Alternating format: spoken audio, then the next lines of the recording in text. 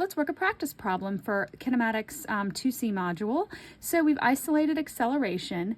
And so what are we going to see in this problem? Now remember, some of these variables or these numbers you're going to see again in kinematics 2E. So we are going to revisit these numbers, the same scenario.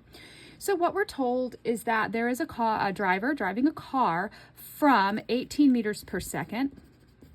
So that, if you start from that, that would be the initial velocity. So these are our knowns.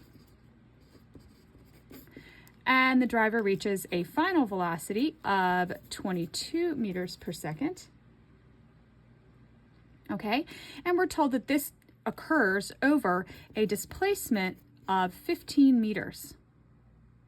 So how do we solve this? So I have my acceleration, my final velocity is 22 meters per second squared. Do not forget to square that. Minus 18 meters per second squared over 2 times the displacement. And I believe, I'm sorry, it's 18.8 meters per second. Apologize for that. And so when we solve this out, what we find is when we add that, let's put that displacement, the car goes 15 meters during this process. We end up with an acceleration of 4.3 meters per second squared. And that would be my answer. You may actually be asked at some point, what percent of gravity is this?